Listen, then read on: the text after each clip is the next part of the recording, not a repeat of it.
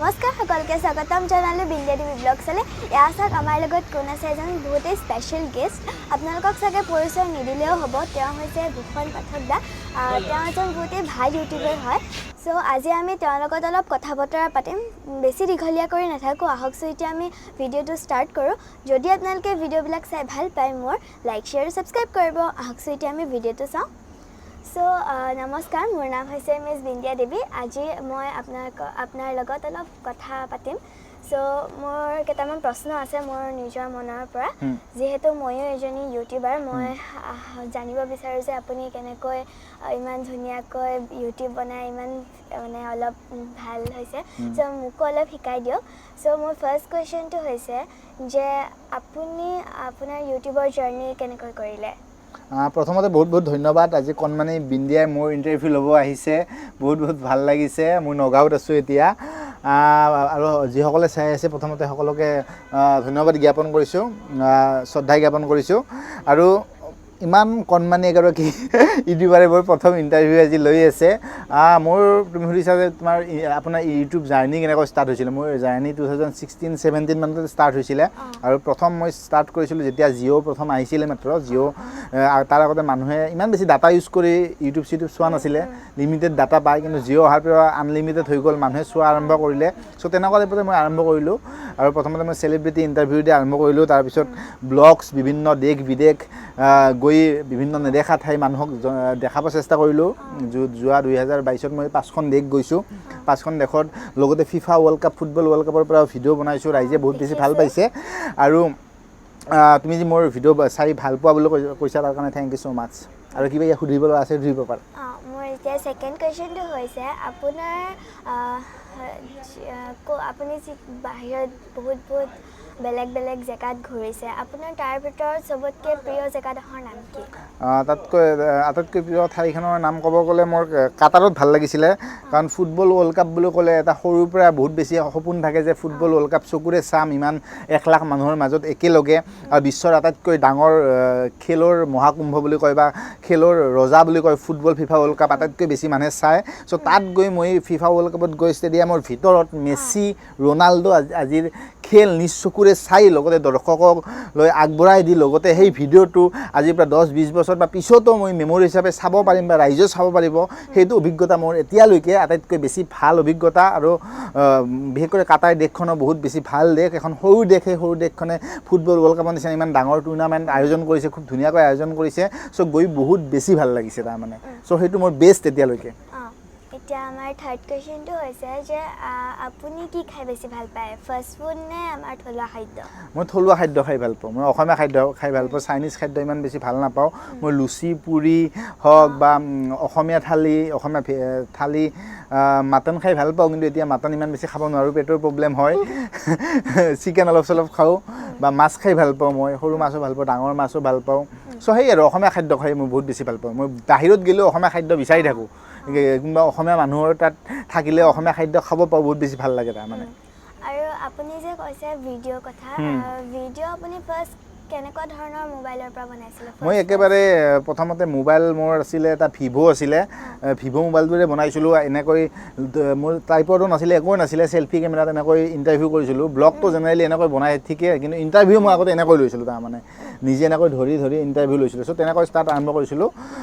Vivo' এটা mobile আছে, সেইটো মোৰ বহুত লাকি মোবাইল। সেইটো কেমেৰাতে মই শ্বুট কৰি মোটামুটি 650টা ভিডিঅ' সেইটোৰে শ্বুট কৰি সেইটোৰে এডিট কৰি আপলোড কৰিছিলোঁ তাৰমানে ভিভ'।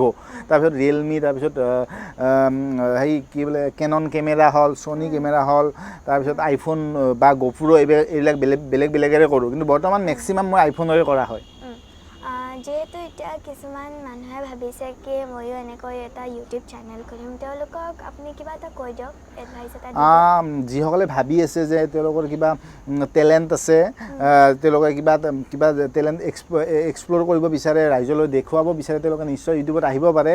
আৰু এনেকুৱা নহয় যে বেলেগক দেখি আহিছে আপোনালোকৰ যদি ভিতৰত কিবা টেলেণ্ট আছে, সেই টেলেণ্টটো এক্সপ্ল'ৰ কৰিবলৈ ইউটিউবত আহক। আৰু প্ৰথমতে বহুতে হয়তো পইচাৰ কথা ভাবি আহে, মই ইউটিউবৰ পৰা ইমান 1000 টকা পাম, ইমান লাখ টকা পাম ইয়াৰ ভিতৰত এই কৰিম এইটো কৰিম সেইটো ভাবি নাহিব সেইটো ভাবি আহিলে হয়তো বহুতে সফলতা নাপায় পিছত হাৰ্ট ব্ৰেক হয় সেইকাৰণে আপোনালোকে নিজৰ হবি হিচাপত লৈ কিবা এটা কৰি ভাল পায় সেইটো ৰাইজলৈ দেখুৱাবলৈ আপোনালোকে ইউটিউবত আহক পইচা মানিটো পিছত ভাবক প্ৰথমতে আপোনালোকে কণ্টেণ্টৰ বিষয়ে ভাবক কণ্টেণ্টটো সদায় ভাল কৰক আৰু যদি কণ্টেণ্ট ভাল হ'লে ৰাইজে নিশ্চয় আদৰি ল'ব হয়তো অলপ লেট হ'ব পাৰে প্ৰথমতে অলপ ভিউজ নাহিব পাৰে কিন্তু লাহে লাহে ভিউজ নিশ্চয় আহিব চ' সেইটোৱে মোৰ ফালৰ পৰা মই ক'ব বিচাৰিম আৰু আপুনি যে বেলেগ আপুনি বিজনেছো কৰিব পাৰিলে হয় আৰু জবো কৰিব পাৰিলে হয় কিন্তু আপুনি যে ইউটিউবটোৱে চইচ কৰিলে কিয় নাই একচুৱেলি বিজনেছ বা জব সেইটো মই প্ৰফেশ্যন হিচাপত মই ইউটিউব মই কৰা নাছিলোঁ ইউটিউব মই পইচাৰ কাৰণে কৰা নাছিলোঁ ইউটিউবটো মই এনেও হবি হিচাপত কৰিছিলোঁ মই ভিডিঅ' বনাই ভাল পাওঁ হবি আছিলে একদম মই 1% কিবা পইচাৰ কাৰণে বা ফাইনেন্সিয়েলি কাৰণে কৰা নাই হবি আছিলে মই ভিডিঅ' কৰি ভাল পাওঁ ভিডিঅ' এডিটিং কৰি ভাল পাওঁ জাগা ঘূৰি ভাল পাওঁ বা চেলিব্ৰিটি ইণ্টাৰভিউ লৈ ভাল পাওঁ এইবিলাক কৰি ভাল পাওঁ কাৰণে মই কৰিছোঁ কোনো বিজনেছ বা এতিয়া মই মানুহক চাকৰি বা বিজনেছ দৰকাৰ ইউটিউব কৰি আছে যদি কোনোবাই বিজনেছ লগতে কৰিব লাগে মোৰ হিচাপত যদি চাকৰি কৰি আছে চাকৰিও কৰিব লাগে অকল ইউটিউব নকৰি লগতে বেলেগ কৰিব লাগে মোৰ হিচাপত চ' মই আপোনাক যে কৈছিলোঁ একদম লাষ্টত মই আপোনাক এটা চেলেঞ্জ দিম এতিয়া চেলেঞ্জটো হৈছে মই আপোনাক 3টা সাঁথৰ সুধিম যদি সাঁথৰকেইটা আপুনি পাৰে তেন্তে হ'লে মই আপোনাক এটা চকলেট দিম আৰু যদি আপুনি সাঁথৰকেইটা নাই আপুনি মোক চকলেট দিব লাগিব অ'কে মই চকলেট আনি দিব লাগিব আনি দিম মই পৰা চান্স কম আছে তথাপি সোধা মই চ' মোৰ ফাৰ্ষ্ট সাঁথৰটো হৈছে সেইটো পাত আছে ডাল নাই কথা আছে মাত নাই পাত আছে ডাল নাই কথা আছে মাত নাই কথা আছে মাত নাই এইটো জানিছিলোঁ কুহি পাত নেকি নহয় সেইটো বস্তু হয় কেইটা বস্তু ন ৰেডিঅ' নেকি নহয় পাহৰিছোঁ মই এইটো জানিছিলোঁ পাত আছে কিন্তু তাত ডাল নাই ন কথা আছে কিন্তু মাত নাই কথা আছে মাত নাই আৰু জনাসকলে কিন্তু একদম নক'ব আৰু যোনে যোনে জানে কমেণ্টত মোক কওক একচুৱেলি ভিডিঅ'টো আপলোড হোৱা মানে কৈ দিয়া মানে পাহৰিছোঁ একচুৱেলি সেইটো হৈছে কিতাপ ন পাত আছে ডাল নাই কথা আছে মাত নাই কুহি পাত অলপ মিলে বাৰু কুহি পাতৰ কিতাপে বাৰু অ'কে তাৰপিছতে মোৰ ছেকেণ্ড সাঁথৰটো হৈছে সেইটো এনেকুৱা এটা বস্তু হয় যোনটো এনি টাইম ভিজি থাকে আৰু আমি শুকুৱাব বিচাৰিলেও সেইটো নুশুকায় জিভা হয় এইটো পাৰিছে এইটো বাৰু পাৰিছে চ' আৰু আপোনাৰ তাত এটা চান্স আছে সেইটো মই অলপ ভাবি ল'ব ভাবি লোৱা একো নাই এতিয়া আপোনাৰ এইটো লাষ্ট চান্স নহ'লে আপুনি মোক চকলেট দিব লাগিব কুৱেশ্যনটো হৈছে যে সেইটো কি বস্তু যোনটো আমাৰ আগতে থাকে কিন্তু আমি দেখা নাপাওঁ আমাৰ আগতে থাকে কিন্তু আমি দেখা নাপাওঁ নাক চকু নহয় আমাৰ আগতে থাকে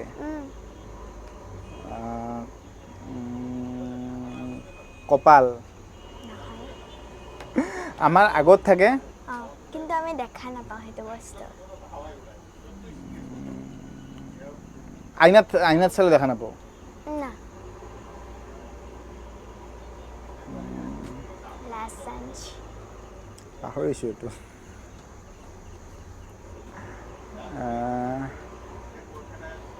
নোৱাৰো দিয়া কৈ দিয়া আমাৰ ফিউচাৰটো আমাৰ ভৱিষ্যতটো